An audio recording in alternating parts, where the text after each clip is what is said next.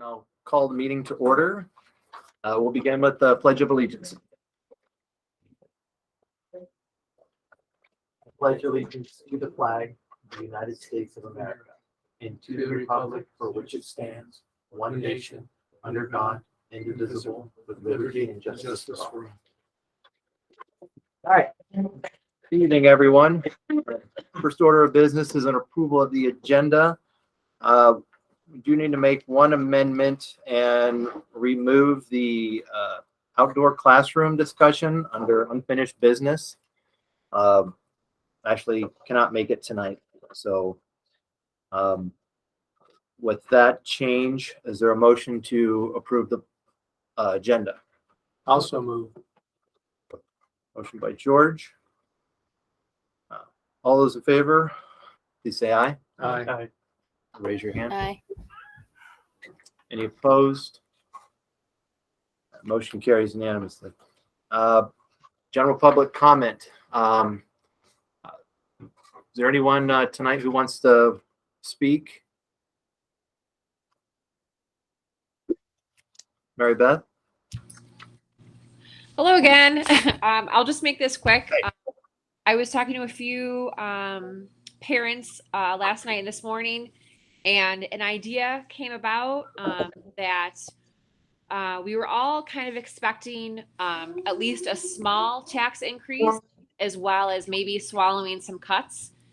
So since that tax increase that we were kind of thinking was going to happen this year doesn't look like it's going to happen, thankfully, we had an idea of maybe proposing an idea that there perhaps could be a 2% raise in the taxes this year. We could then bank that money and use it next year if there's an ability to do that. I know that might take another vote or it may take a ballot measure, but I was just wondering if we're having these conversations in anticipation of having less of a surplus next year and more of a cost and the raise to keep everything going, if that would be an option to kind of pad our coffers a little bit this year with a small increase, and then hopefully we don't need it. If we do need it, that's fine.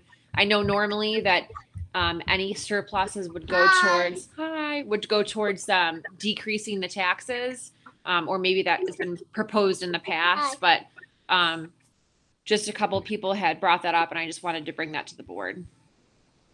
Okay. Thanks. Thank you. All right. All right. If there's no other public comment, move on to consent agenda. We'll be looking for a motion to approve the consent agenda as presented. Did anyone have any questions about the contract recommendations, warrants, or minutes? We can pull those out of the consent agenda and discuss and approve those separately.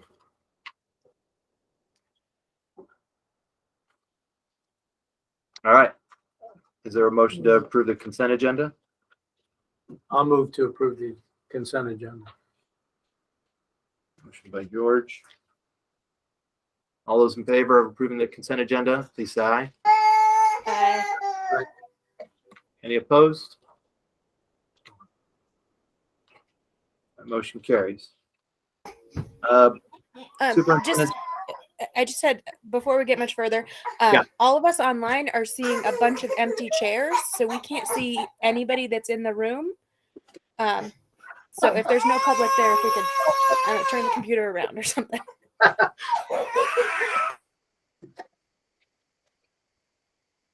I was wondering why no one was waving to me when I would wave.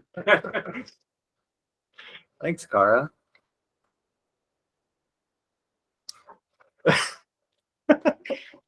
Can't make it up. I guess Okay. we do have a quorum.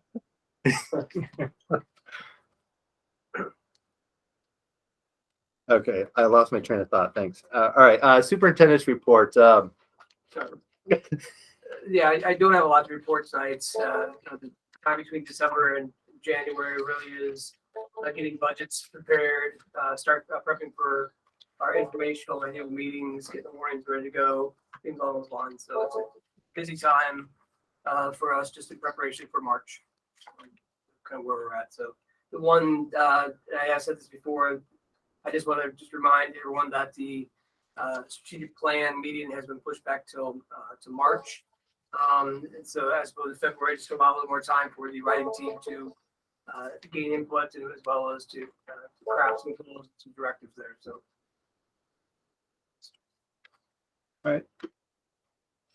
Any questions for Superintendent? All right.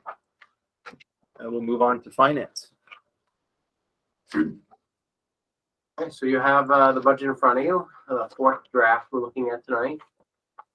At this time, we have all of the major components of the budget known to us today. The only one, which is a variable, is the yield, but we don't typically have a firm number on that until after town meeting day.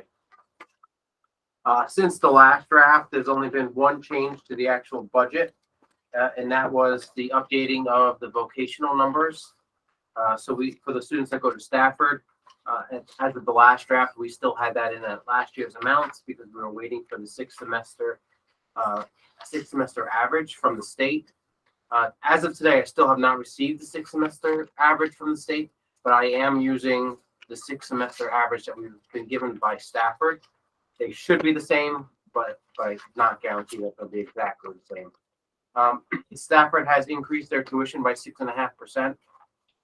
In addition to that, your FTEs did increase. So that is resulting in two different increases. So if you look at the Stafford tuition line, which would be on page 6, you'd see the first, you see there's two lines.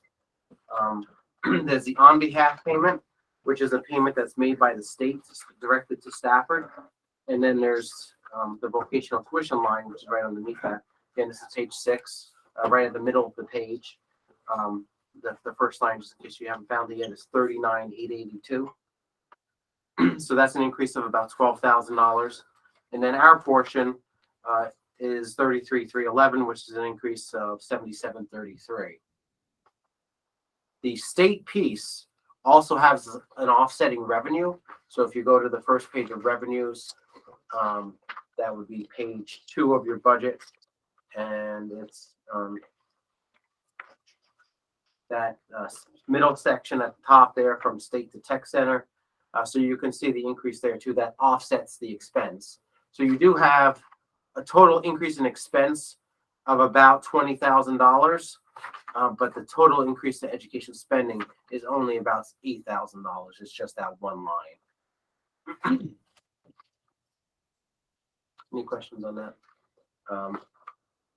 Like I said, I don't imagine a significant change once we get the state numbers. Once I do, if there is any small change, I will have to update these numbers. And typically, if we've approved the budget before I get those numbers, it's usually a very minor adjustments. I'll have to take the money from somewhere else. And it's usually only a couple $100, if anything. But these numbers need to match whatever the state gives us. So after that update, you think if they had a match what the state gives us, they'd give us the numbers a little earlier in the process. But so after that update, we're looking at total expenses of $5,782,862.10. It's an increase of 6.81%. And then total education spending is an increase of 7.81%. After the budget, page 9 is the tax rate sheet. So we put the education spending into the tax rate calculation. We take equalized pupils, which thankfully for Wells Springs is up by 2.67% this year. So which amounts to about almost 7 pupils. It gives you an education spending of $20,135 per pupil. That's a 5% increase.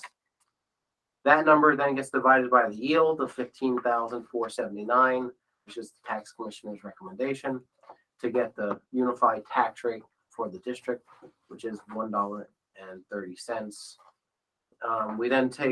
We then look at each town individually and look at their CLA data. So Middletown CLA came in at 85.67. And so they had a ending tax rate of $1.51, almost $1.52, which is a almost 4-cent decrease. Wells had a CLA of 83.04, which gave them an ending tax rate of $1.56, almost $1.57, which is a decrease of approximately 4 cents from last year. Both CLAs were approximately a 7% decrease from last year. Louis, if I read the CLA thing correctly, if the CLA is below 85, then the town needs to do a reappraisal. Did I read that correct? And if Wells has to do that, will that impact things for us? It's always been below 80, unless they change that. I want to say I read in the letter today on the tax website that it's below 85 for the CLA and more than 20% for the acronym, and Middletown was 18 something. It says a CLA below 85% or over 115. So that's really not, we have to do, that's the town listers would get the same information, and that's something that they would initiate. So based on this CLA data, the Middletown falls just above that, but Wells is falling below that, so that they may be looking at that already. Yeah, I mean, I was like, yay, when I saw the Middletowns. I didn't get a chance to pull Wells's.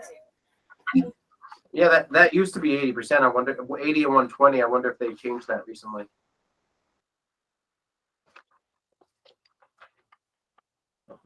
So that's the tax rate in a nutshell, and the budget.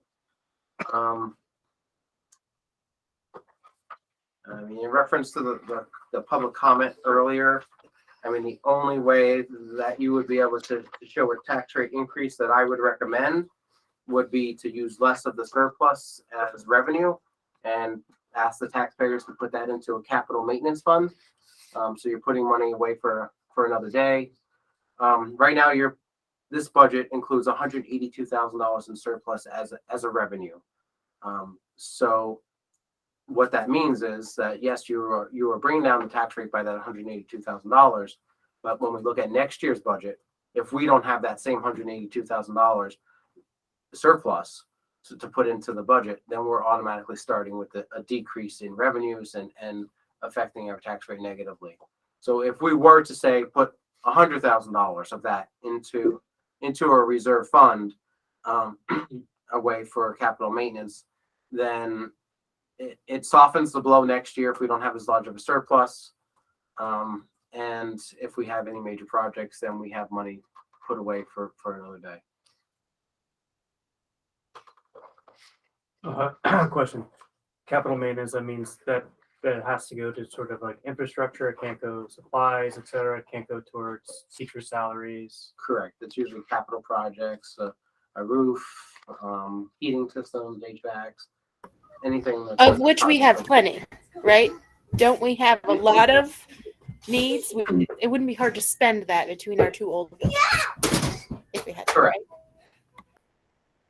And typically, what we budgeted this year was like what, 30,000? We have, each school has $35,000 in the budget for repairs. Okay. And then there is a third line for $35,000 for Wells Springs repairs, which is shared between the two schools. And so each school accesses their own pot first, and then if they've exceeded that, then they just communicate and based on priorities determine who's going to spend that money or share the money.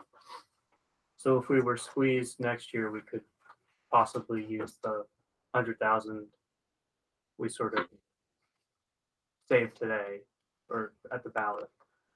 Use it during the year. Yeah. We can't use it in the budget process. Once Okay. that money goes into that reserve fund, it's there unless we ask the taxpayers to take that back and put it into the budget. I mean, we don't have to ask the taxpayers to spend it, but we can't just move it back in as a revenue or anything like that. Okay. Yeah, we'd have to put it on the the taxpayers has a vote on it too. We'd have to ask the taxpayers, yes, to put it on, to put it into the capital maintenance fund. That would have to be a ballot item. But if we were to put it in this year and then we would need to make a cut next year, we could then not budget for the capital maintenance next year and have the surplus in the account already? Or am I misunderstanding? So if we needed to cut the budget next year, I mean, the putting the money into the capital maintenance is a one-time thing. So there's nothing to cut there. It won't happen next year unless you ask the taxpayers again to do it. However, if you put $100,000 in now, and next year we needed to lower the budget, you have that money as a safety net. You could potentially lower your repairs lines in wells, springs. That's what I was thinking of. Yes. Option.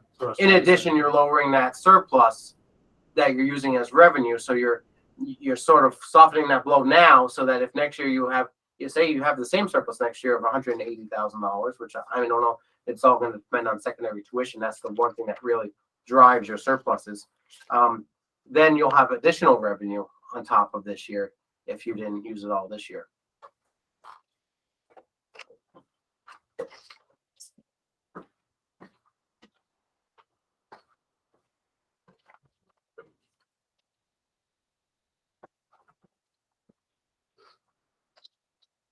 What,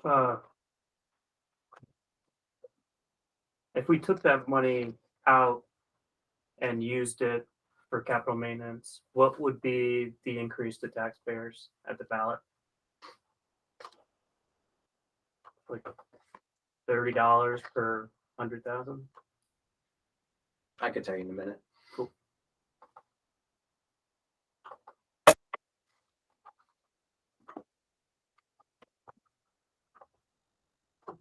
So right now, each town is looking at approximately a 4-cent decrease, which is $40, approximately $40 per $100,000 of assessment.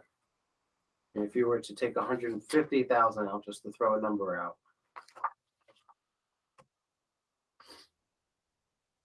tax rate would be up about half a penny in Middletown and up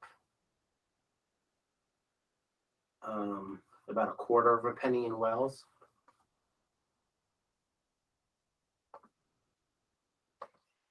How much was that again? The amount? That was based on 150,000. 150. 100,000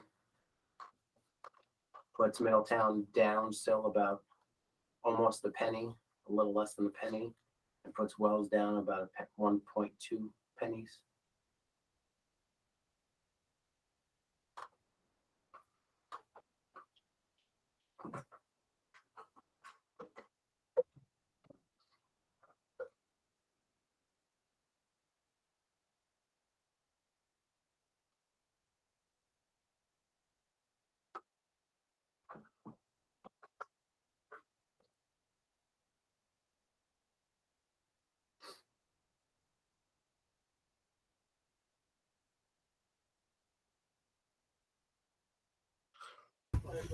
All right. I did have a question. I don't see the, usually we have like a separate page for the food service. Since this is this budget is basically doesn't have any cuts in it. I don't see food service. You didn't have a 10th page, the last page for food service. It would be the very last page. No, even after the tax rate. No. And I can go make copies of this, so I can just tell you the data. And there's no cuts here. Right now, the food service program is we're being subsidized by the general fund by $92,000. $92,556.94. That's my estimate. I kind of thought that was supposed to be out of the budget.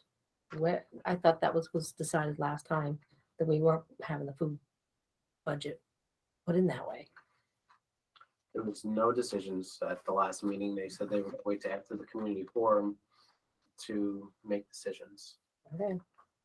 Yeah, this budget is just basically essentially with no cuts in it. And that's what we're talking about now. And you know, we've been talking about these cuts in the last few meetings, and we've heard from several members from the public. And, you know, now would be a good time to talk about, you know, from everyone, which way they want to go as far as what cuts, if any, you would like to see in this budget. You know, if we do make cuts, we'll probably, if we do decide to make cuts, we'll probably have to come back with another version that we'll look at of the budget in another meeting. So open I it up thought for- the decision for the budget needed to be dealt with at this meeting tonight. That was what Lewis discussed, that we were gonna finish the final decision on the budget tonight. So I thought the food thing was kind of discussed as being taken out. and it's like what Lewis said, you know, the community forum. I mean, my recommendation would be that we approve the budget tonight. I mean, if there's cuts that you're gonna make, I can make them here in front of me and just give you a new number. I just think delaying it. I mean, we have other budgets to finalize and get town reports and annual reports ready. It'd just be nice to say Wellsprings is done and be able to move forward with the other ones and start getting reports ready. Okay. I mean, we've been talking about the same cuts now for 3 months, so it's just, I think it's time to make a decision and move forward.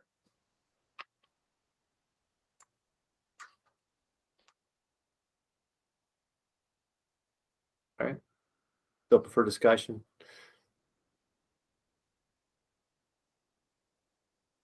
I think we discussed that the food program would be taken out and leave the rest the way it was. We did discuss that previously, you know, but again, you know, we had some additional input last night, so I don't know how the board feels in terms of what cuts should be made, and so, you know, that's where we're at. So I mean, if we got to go around the room, I'll start calling on people. I do agree. We need to make a decision tonight on which way to go. So I can go first. What, go ahead, Matt. Sure. So, given the information about potential yield not impacting tax base at all, taxpayer in terms of education, I would vote not to cut anything. I also like the idea of creating this capital maintenance fund in addition. So that's the way I'm leaning. Okay.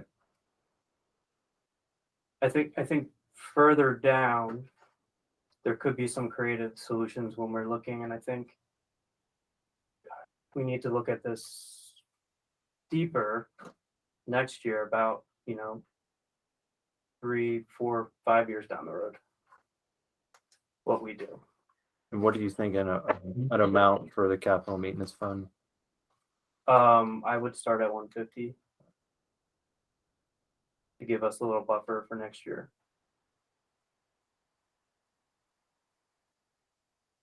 All right, Sue.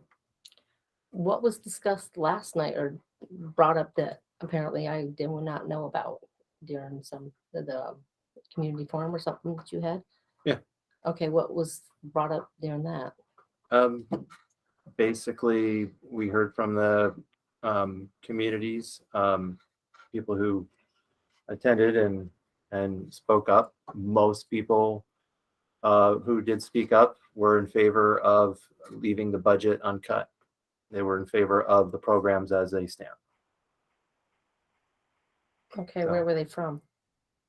Um, Were they all Middletown, Pontley, or Middletown and Well- Wells, or was it a mix, or do we have an idea? I mean, I don't really think that matters, honestly, Yeah, it but does. They're all from Well Springs. yeah. That's a good way to, All right. we had, 40 some odd people virtual, and a couple people came in person. So, yeah. But anyway, I guess, Well, I would be totally in favor of getting rid of the food program and the amount that goes into for the general budget or the thing. It's not a big consideration for me. Whatever amount they could assign, it's fine. But I think you ought to cut the food program. You're gonna screw yourself if you don't. okay, thank you.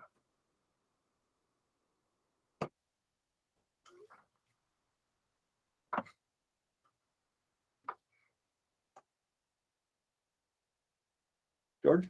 I would, again, based on having as close to the final numbers as we're gonna get, and the feedback from last night and the survey, I would say, no cuts this year. I like the idea about investing in the maintenance fund. I would pick 100K myself, which still leaves, a reduction in the rates.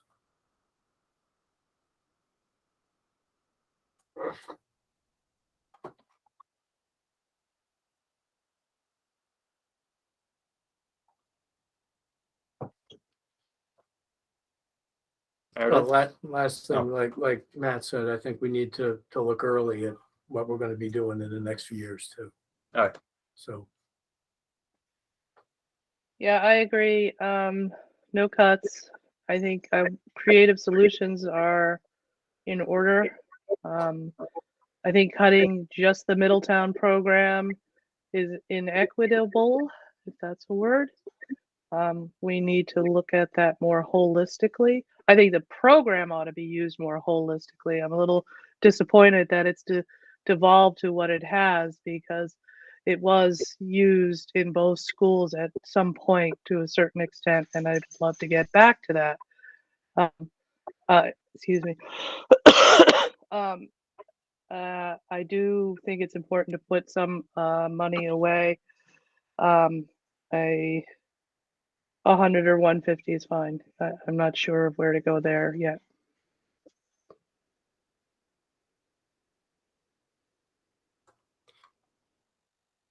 Amanda? Hi. I'm also in favor of just presenting the budget with no cuts, and if we run into an issue, we can reevaluate. I'm also fine with 100 or 150 in the capital maintenance fund. However, I would like to continue to look at these 3 bullet items as well as some other areas in the near future to better prepare ourselves for next year. I think now that we've had these big discussions, we should continue talking about them and come up with a better plan for the future. But after last night and hearing, plenty of opinions, I think that we should present it the way it is and readdress if we run into an issue. All right, thank you. Kara? I would move forward with presenting the budget with no cuts, and I'm also fine with 100 or 150 into capital maintenance. I would also echo Amanda's sentiment, especially about the after-school program. I feel like that's money we're leaving on the table, even if we just shift to a partial family-funded opportunity. Like I think that's money we're leaving on the table. It's a resource that would be funded by the people who access it. So just no matter which way, I feel like we should continue to explore shifting cost to families a little bit more for that specific one. number one. Number one. you said? Well, we're going on in the future, not now. Right. Well, I actually share the same thought, as far as, all these programs. I think looking at them individually, and really just seeing, I guess the best way to describe it would be to look into refine how each one works, and look for potential cost savings there too. I don't know. It's the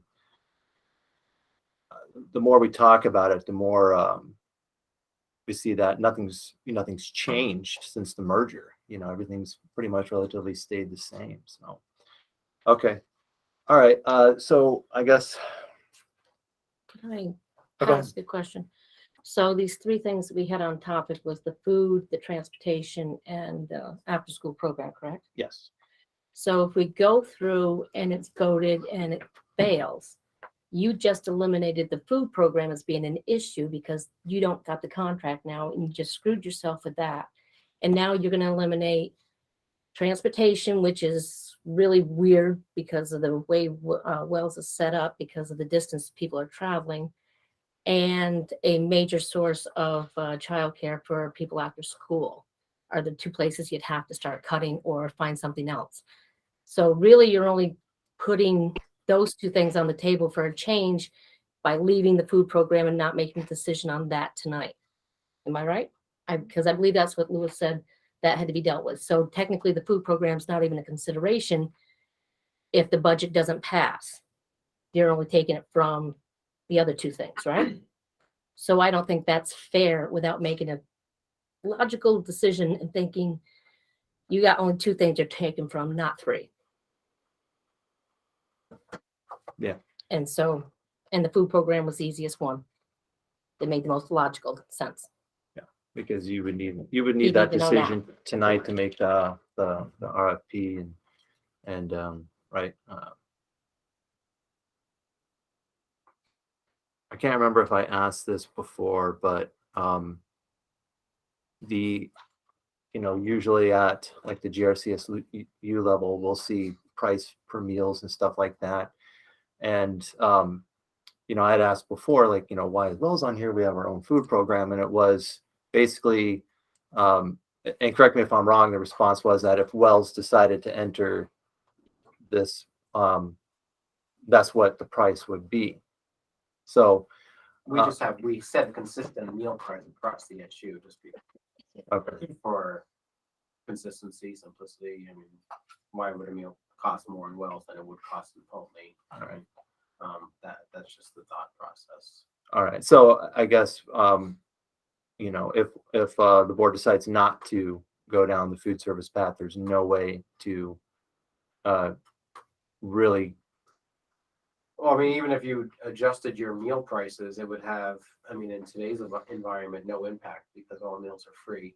So the state is setting the subsidized rate. So your meal price is only based on second meals, which I don't even know if your elementary schools really have any or offer any.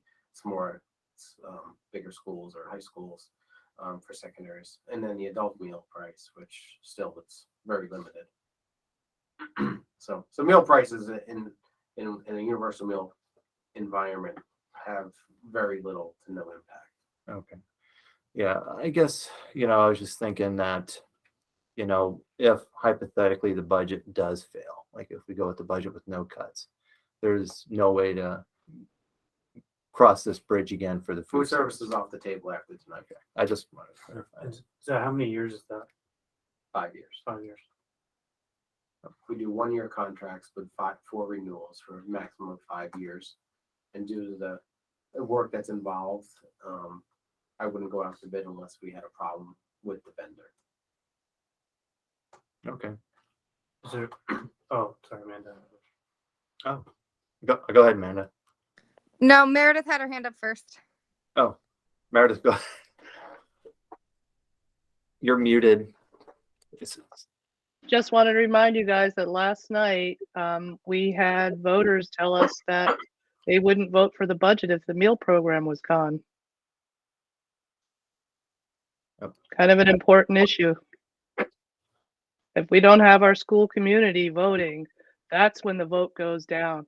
The only time the budget hasn't passed in Middletown Springs is when a significant number of people in our school community didn't vote because I would imagine they assumed the school budget always passes.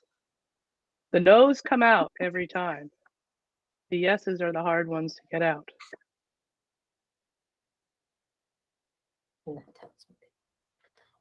Amanda? I was just going to add, even if we miss the food opportunity tonight, which I'm fine with missing, when we look at transportation, we aren't looking at getting rid of transportation as a whole. We potentially still have that $45,000 or whatever that we can look at by going to one bus instead of two. So it's not the 70,000 that the food service offers, but it's 45 that we can still work with and still transport our students to and from school just on one bus instead of two. So I don't want us to feel like we're completely out of options because we never said that we were getting rid of transportation. It was just revamping. Okay. All right, so the capital maintenance fund. I think a lot of people are in favor of that. How would we? Well, I guess the first thing would be 150 or 100,000. My recommendation would be if you're gonna do something that large, that you would do it. So we looked at 100,000 still was a budget decrease, 150,000 was a budget increase. I think it's always nice to say when in your flyers and stuff like that, and in your PR, it's better to say you have a tax rate decrease than an increase, whether it's a penny or half a penny or whatever the number is. It's always better to say your tax rate's down rather than the tax rate's up, because that's, I mean, people might stop there rather than seeing how much it's up. So, I mean, I would make that amount enough so that the tax rate is still down, even if it's only down quarter of a penny, half a penny. And just one other thing I just want to caution, I mean, all of these discussions, we are banking on the legislators not using that surplus on anything then other than the ed fund, and that yield coming in at 15,479. So if they use half of that surplus and that yield cuts in half, we will be looking at a tax rate increase. Oh, yeah. When was the last time they did something opposite to the? Last year. Last year there was $100 million surplus. Yep. And they used a third of it for the ed fund, and a third of it for its universal meals, and a third of it for other programs. So they didn't use the whole surplus.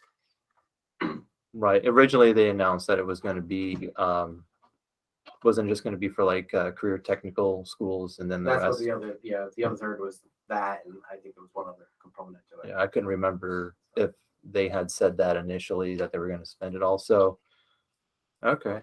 Well, I think the other thing that happens too at the state level is that so the state comes out with this big yield, and districts like us who were planning on cutting, we were planning on cutting our budget to keep our tax rate down, and see this huge yield come in and say, well, we no longer have to cut because the tax rate's down. And so what the state is using as an estimate of education spending going up, I know last year they were off by I think 1 or 1.5%. That could change. So the yield number is based on an 8.5% education spending increase, which is a very large number. But I mean, we're getting pretty close to that at 7.8. So, but if districts that were planning on cutting now say we're not going to cut anymore because of this huge yield, and then that yield number changes because education spending is now at 10.5%, then that's going to affect the yield. I just want you to have, I'm not trying to sway you in any way. I just want you to have all the facts so that if that yield number changes, you are making an educated decision. so if they did decide to, if they did decide to change the yield, how much of a change would affect? If I don't know, Yeah, I mean, it's hard to answer that question. I mean, the yield has always changed from what they've told us. Luckily, the last few years, it's gone higher than what they've initially told us. And that may happen here if the education spending comes in less than 8.5%. I couldn't even tell you. It's just it's a total guess. Mhm. To try to anticipate what the legislators are going to do, and what 60 other issues are going to do in the state, it's too hard. It's almost like trying to guess on what boards are going to do. Very true. Okay.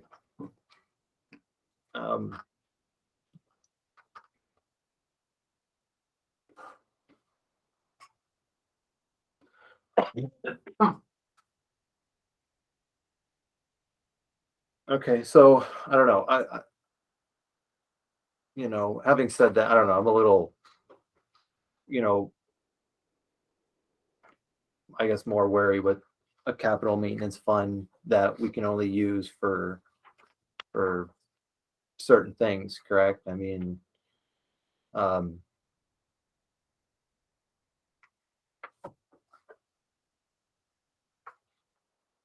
if we had a capital maintenance fund for, 150,000 or 100,000, we would offset that in the budget, right? In future budgets if we needed to. Right, in future budget. So, I mean, this is going to help us potentially, in the coming years, but we can only use it for the maintenance projects, unless we ask, for it back. So I don't know. But I think the capital maintenance project fund is a great idea. I mean, it's you're putting money away. It's on days when you have extra money in your pocket, like today, you're putting it away for when you don't, and you can use it in a number of ways. So, I mean, next year for running a deficit, you can not use any of your local repairs line and use the capital maintenance fund. Yeah. Or if you need to end next year with a bigger surplus, or even in this year with a bigger surplus, so that when we're looking towards FY25, then we can utilize that capital maintenance fund instead of using the local budget. So that's one way. And then obviously, if we've already expended all of the local budget, then we have that on top of that. So I wouldn't question the need for the capital maintenance fund. I think that's definitely something you will use either immediately or in the next couple of years. Oh yeah. Yeah, I can think of a few things right now. It's also something we can take out of the budget if the budget failed. No, you can't. If the budget fails and the capital maintenance passes, then Well- that is set. Right, but it's not necessarily likely to happen that way. To say yes to one and not the other. Happened before. What, that a surplus into a maintenance fund passed and the budget didn't? Not sure that's ever happened. Okay. All right. So, what would you need what we just need to? If you're looking to move forward tonight, I can give you the number to put into the motion for the expense, and then we would need a separate motion to put an extra item on the ballot with that amount that you decide on. Okay. Amanda? Lewis, would 125 give us an increase, or would that still keep us at a decrease? Is 100 kind of our max to still keep it at a decrease? 125 is still a slight decrease. It's 1/10 of a penny for Middletown and 1/2 penny for Wells. Okay.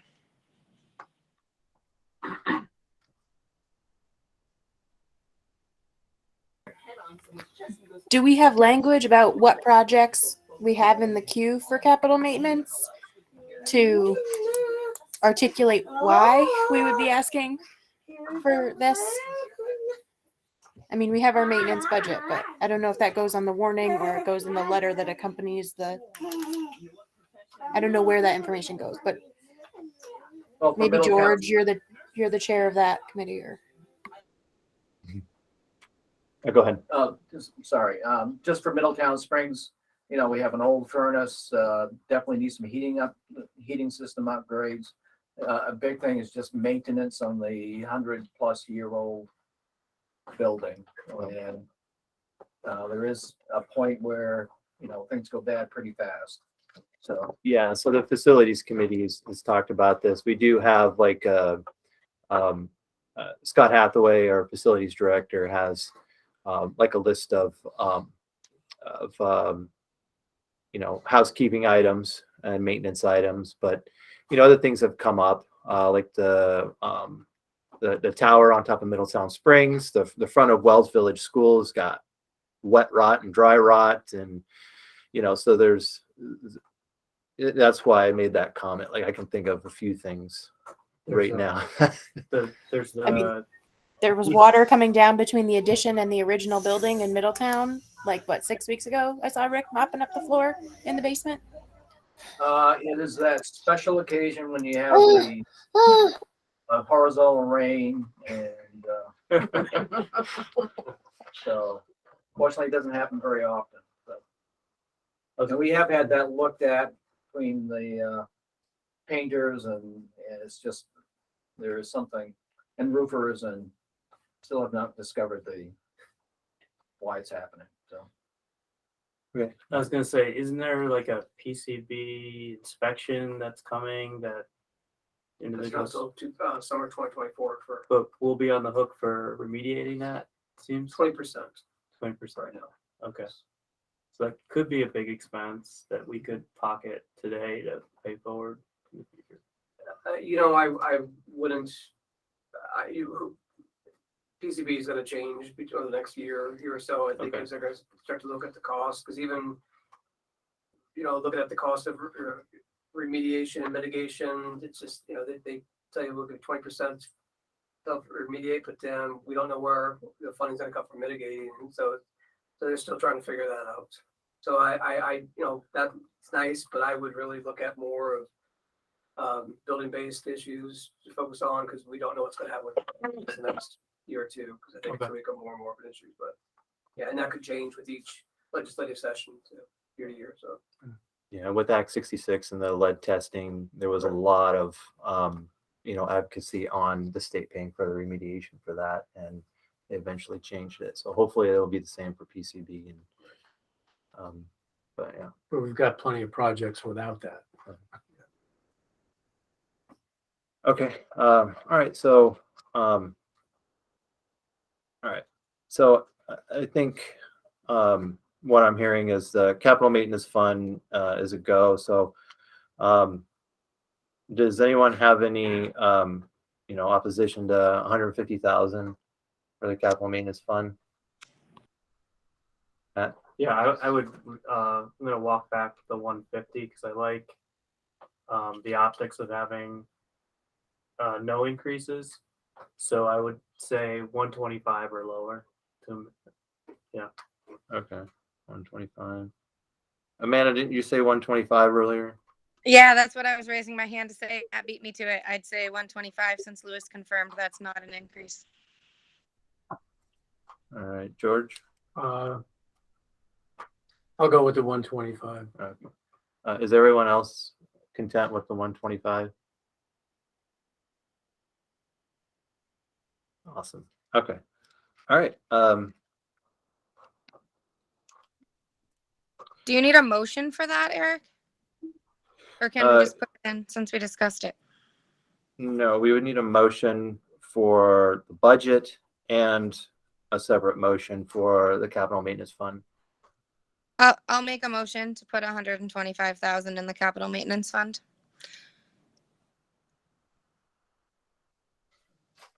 All right.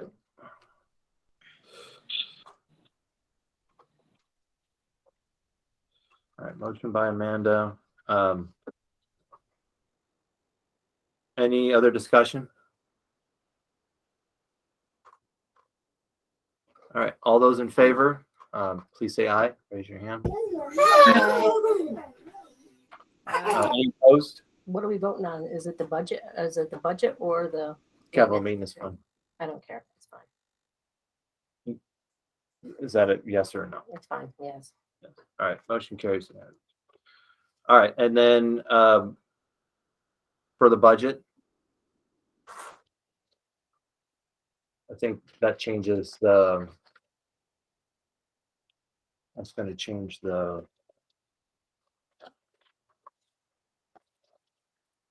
Use of the surplus.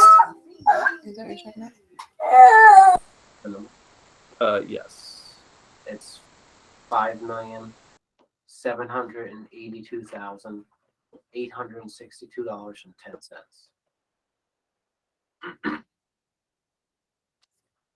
5,782,862. Yep. All right, and 10 cents. All right. So we'd be looking for a motion to approve the budget of $5,782,862.10. I'll make that motion. All right, motion by Matt. Is there any other discussion? If we're voting on the budget, I think you're making a big mistake without taking something out. I think you put it down to the taking what people need for the childcare afterwards and transportation. Even if it's one bus can't do what else. I know Amanda may think so, but it's not going to do it. So, and you take the food program, keeping that in there, you just eliminated that. So you got your 2 points of cut, and I think you're going to pay for it. So I would definitely vote no. Okay. All right. Understood. All right, all those in favor? Please say aye, raise your hand. Aye. Aye. Opposed? One opposed. All right, motion carries.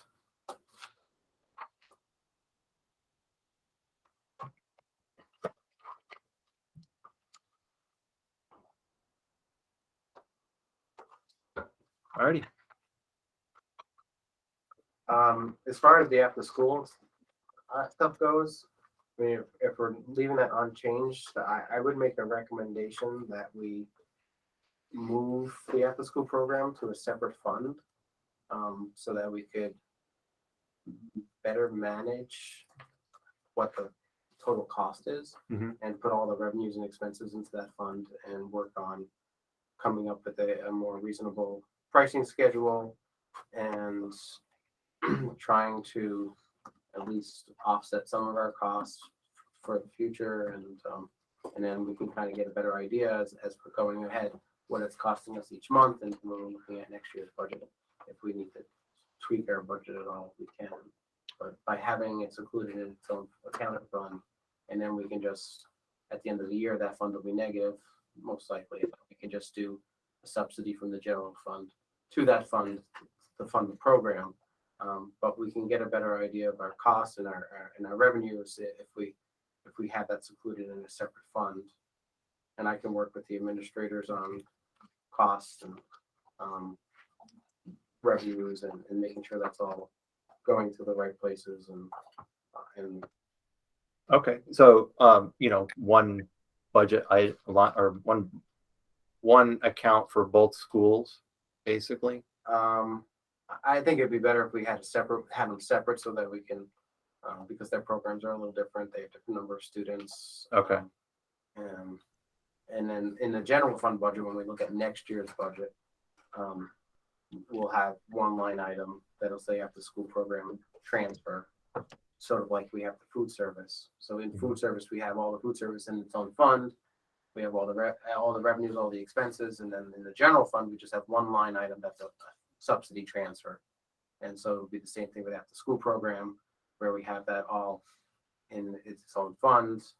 All the people are coded directly to that fund, and then we just have the one line item in the general fund that says subsidy transfer, and then we transfer that amount, and hopefully we'll work on bringing that number down for next year and for the following years as we work on getting our staffing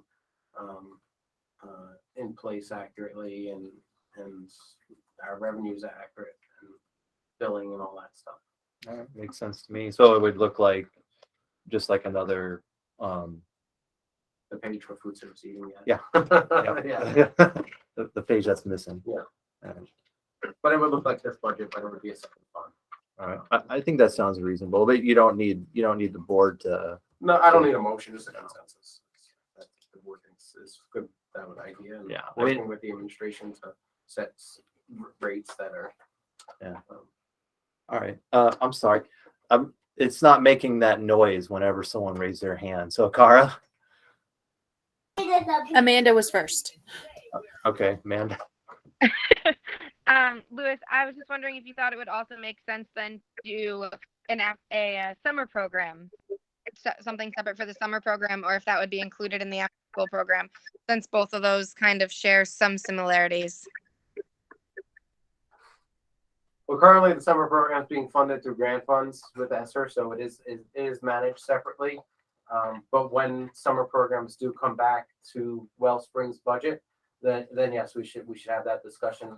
I think that's going to be a bigger discussion because we're really going to need to look at what that program is going to look like and whether we're going to maintain a similar program and whether there's going to be a cost for that. But I think we have another 2 years before we need to really nail that down because we do have 2 more years of grant funding. But yes, we'll talk about that more in the future. Cara? Yeah, I would support transitioning it to a different account just so we can have accurate information. I think a pretty large number of the folks who access after school care in Middletown are eligible for subsidy, even if they're not aware of it. Just like the high rate of foster and adoptive children that we have in our system, all of those folks get full subsidy. Like, there are a lot of ways to access. And again, I think it's money we're leaving on the table. So if we can get accurate information to make a plan, I would support that. Okay.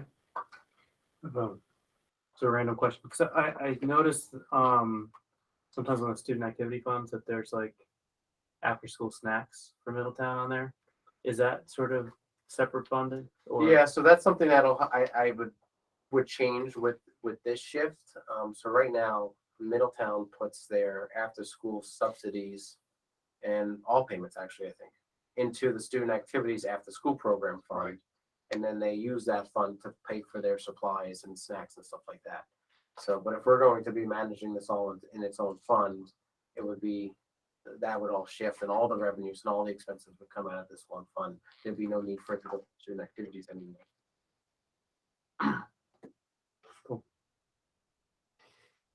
All right. So can I ask what plan B is if the budget doesn't pass since we eliminated stuff? Well, I guess plan B would be to meet and discuss it. And where you planning those 2 cuts to be looked at? Transportation and childcare. So my recommendation, if the budget's been passed, I think we have to reconvene as a board. We have to look at doing community polling, and really look at the feedback and then revisit where additional cuts be made as opposed to just these 2. I think we look at it, everything's opened up, back up. Right. So that means everything opens up as far as teachers and stuff like that start getting cut if the budget doesn't pass because we. You could look at personnel, Okay. extracurricular programs, things along those lines. So, but that'd be my advice that we not just be limited to just these 2 items. That because based on exit polling, community polling, you may find that some people voted the budget down because for one reason or another. So it's not just around these 2 items. So that's something which. Okay, so I just want to make it clear that if the budget doesn't pass, we've eliminated the easy one. And could come down to personnel being kicked off. There's always that possibility. There's a better possibility of that. Okay, just Well, want when you look at budgeting, 80% Oh, I know, budget is- I know. I just is want to make this personnel, clear and make right? it known that you're now starting to look at people being dismissed and not a food program. There's just want to make that out there. All That is a possibility, correct. right, thank you. Amanda? Do we know, Louis, how many students our one bus holds? Just out of curiosity, not to get into a deeper conversation, just How many students can you fit on one bus? Depends on whether high school students or elementary.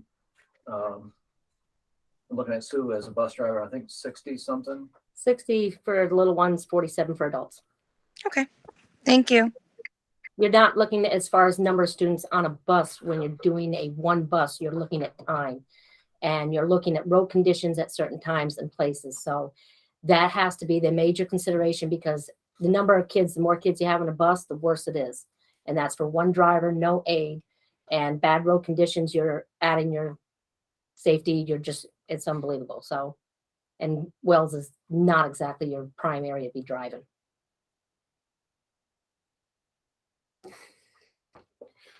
All right. All right. So if there's no other discussion on the budget, we'll move on. But before I do, Heather, I've seen your hand up, and I know you weren't on during public comment. So if you want, we'll take a few minutes, and if you have something to say, I think now would be a good time. Probably got a minute.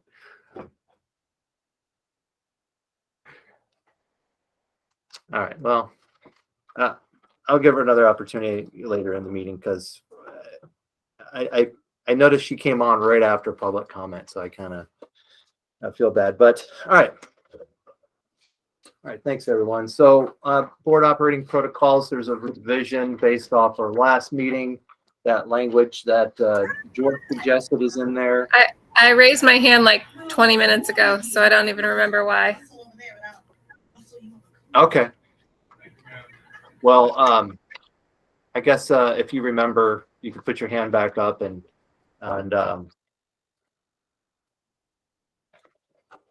we'll give you the opportunity to speak. All right. All right. Any discussion on the board operating protocols as far as the new language? I'm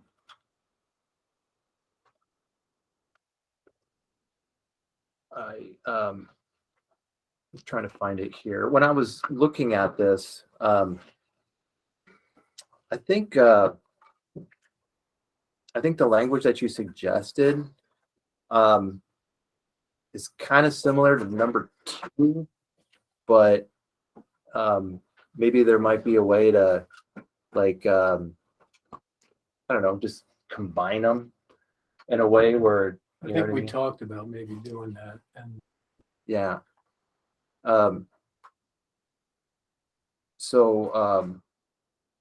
Yeah, I think we did talk about that, but I just wanted to, we didn't talk about exactly what we would add in there. So, and that's why I just added it. as a separate. Yeah, just to kind of see it visually. And I know it, something like this, it really needs to make sense. And, I think it'd be great that if the full board can come to an agreement on it. My thought is that, as we work on this, the last several months, almost maybe, that it's something that we can adopt, during reorganization. So if anyone has any suggestions to change, add, strike, that would be the time. I would strike it because it's similar to 2. There's no need to add more.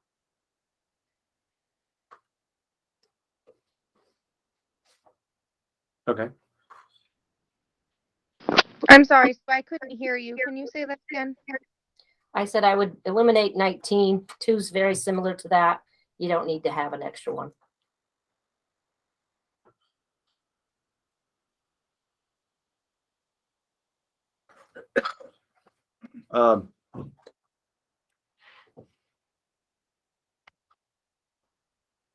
Any thoughts on the striking number 19?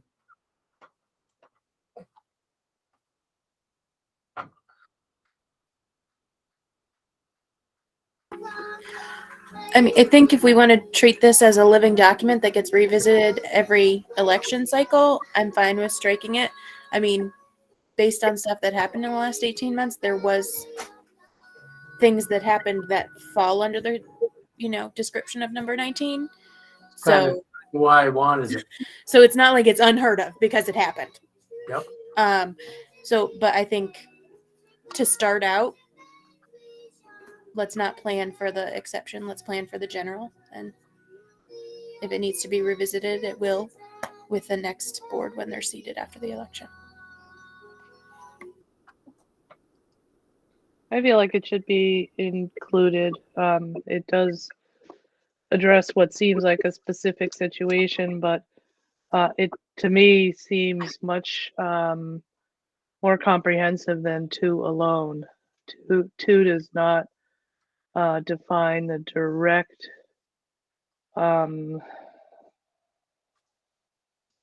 assault isn't the right word, but obstruction is a key word in number 19 that isn't in 2.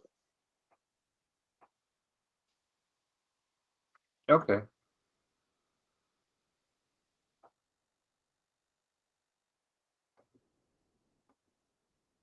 Yeah, I thought, maybe adding, and this was like a month ago when I was looking at this.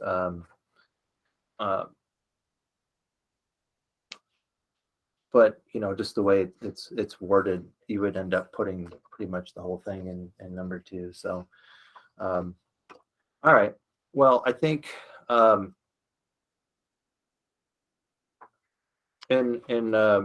we don't have to make a decision tonight. Like I suggested, it's something that we've been working on, and we're not going to spend hours on it every board meeting. And it gives board members time to look it over carefully. We'll have it. It'll probably be on again in the next meeting, and then if we have no other changes, potentially adopt it during reorganization, if everyone's fine with that. All right. All right. Thank you. Okay. Town meeting.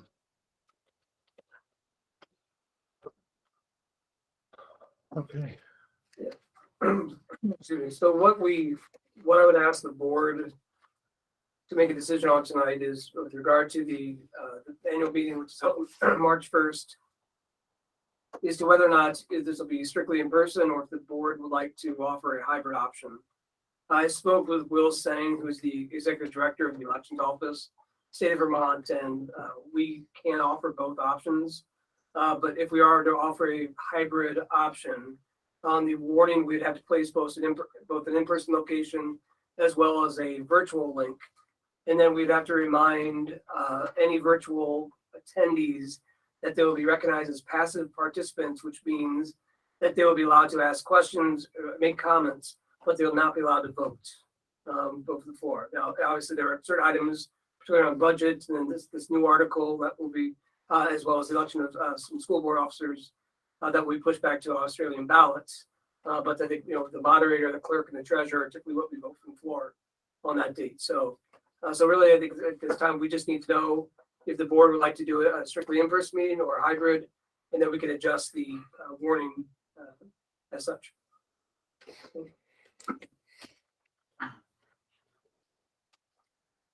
So yeah, we did talk about this, and that was something that didn't come up. I do support the hybrid meetings. As we've seen last night, we had more people attend virtually than in person. But I do have a concern that if we did our annual meeting with a virtual option and most of the participants showed up virtually and maybe a few people showed up in person or none at all, what happens then? Like, how do you vote from the floor if no one shows up? So,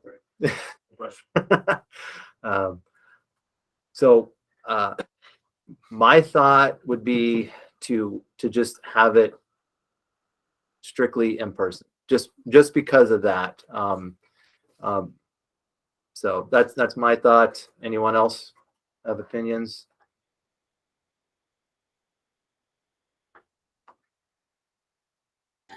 I'd One of rather the- have,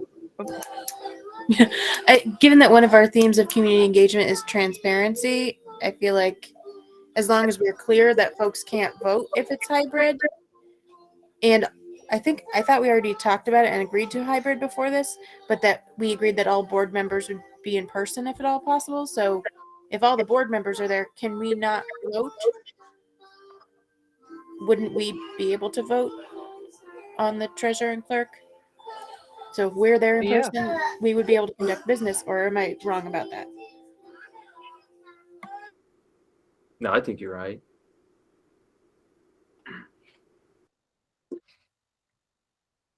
Amanda? I would be in favor of hybrid just so that public could attend virtually if necessary. But I would say all board members need to be in person. Like Cara said, I thought that's what we had already decided. But I would hate to not hear from a community member because they couldn't make it in person but would be available to chime in virtually. So I think leaving that door open is important. So and this we was can all just, us, you are correct, but we had to check with Will Senning to make sure that it was possible. That's why I'm bringing it back, that I spoke with Will yesterday and said that the hybrid is an option. So yes, what we did discuss, but we did not know at that time if whether or not the state would support hybrid, particularly around voting. But the state has, and will work with us on the language that you see in one of the drafts that were sent out. So that's why we're making a full motion. It is backed by the state of Vermont. Right. So. Oh, okay. I read them online before. We will not be able to approve a warning tonight because we will have that new article around the capital thing. So then we will have to discuss how we, because go back and we'll work through this. But we may need to have just a special meeting, or we may have to look at a carousel meeting as we've done in the past, just to approve warnings. Yep. Okay. But the warning you have is everything but the new article item that was just motioned tonight. Okay. All right. And that's fine. So, so I take it everyone's fine with continuing with the hybrid as planned. Yes. Okay. All right. Good deal. All right. Warning locations. Is that So really what we just need to know as well is, I know we, during our reorg, we identify where we post agendas and warnings, but I think in the past, we had posted in Rutland Herald, and some of the boards were upset because of the additional cost. And so what we'd ask is, in addition to the normal warning locations, if there's anywhere else that we'd like to post the warnings, or just keep with what we just voted on during reorg. right? My thought is not to post in the Rutland Herald and post in the Free Press, and with the Front Porch Forum accounts, it can be published on the Front Porch Forum as well. So other than that, I think the warning gets posted at the School, central office, town office, and then the we have Lakes Region Free Press. Like, yeah, Lake Region. that's In addition, you like Front Porch Forum, that's something which you Yeah. want to work with Christina on, okay? Yeah. All right, great. Thanks. cool. All right. So then our goal would be, Lewis and I work on the language around that last article, and then we can get that sent out to you for review, and then we'll look at a meeting date. Okay. To approve the warning. It would just be like a quick meeting just for that, just like Correct. last year. Yeah. And we only need 24 hours to warn a special meeting, so. Okay. All right. Sounds great. All right. So Vermont Coalition for Equitable Outdoor Education. So I had invited Laura Derringer. Is that how it's pronounced her name? Derringer. Okay. Sorry. But she's not here tonight, so we're just gonna move on. I haven't heard from her, so I did send. She had requested I send the board information on this, but we'll talk about it more at another meeting, I guess. Policy. We have 2 policies up for adoption. Yeah, E8. Next. Nah, yeah, I can't pronounce that. Yeah. Naloxone. It's called naloxone. Thank you. Administration for opioid overdose and F26 students who are homeless. Yeah, we'd be looking for a motion to adopt these tonight. I'll make that motion. All right, motion by George. Any discussion on these 2 policies? All those in favor of adopting E8 and F26, say aye. Aye. Aye. Aye. Hi. Any opposed? Was that a yes? Sue? Yeah. Okay. Motion carries unanimous. And then E1, F2, and F21 are first reads. Any discussion on these policies?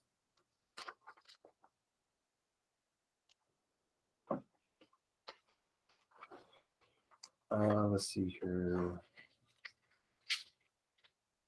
So, really quick, I'm trying to go back to policy committee. F2 was sent back with some suggestion for language changes. Everything's highlighted in red. As usual. And then there's no changes to F21.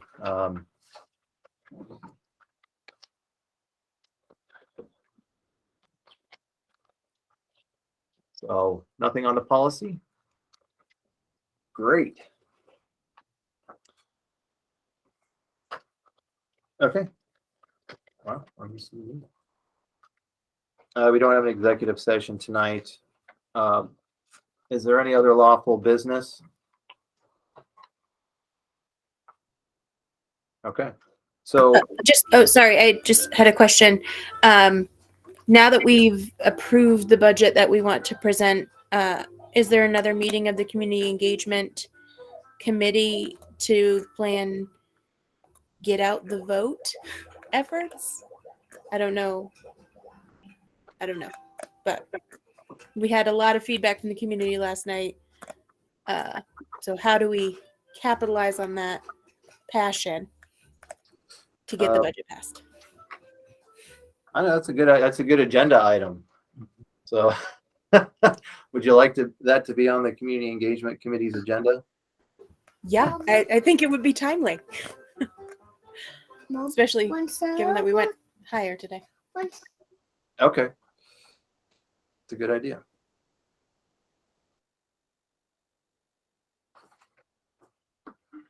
All right, next meeting, February 1st. Oh, wow. At Wells Village School. All right, if there's no other business, motion to adjourn would be in order. I'll make that motion. Motion by Amanda. All those in favor of adjourning at 7:20, say aye. Aye. Motion carries unanimous. Thank you, everyone. Good night.